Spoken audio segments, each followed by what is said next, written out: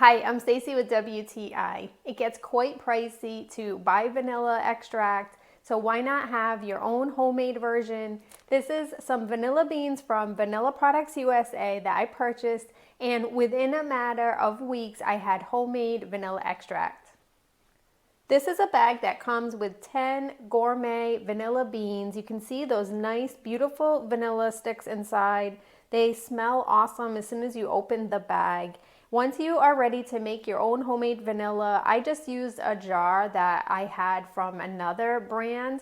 Once it was empty, and I added my vanilla beans to it with a very cheap, inexpensive vodka.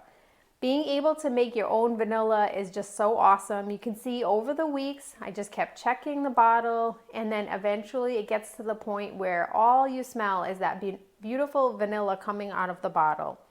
Once you have it ready, then you're good to go when it comes to your baking needs. And then all you have to do with your extra vanilla beans is store them in the bag that it comes in.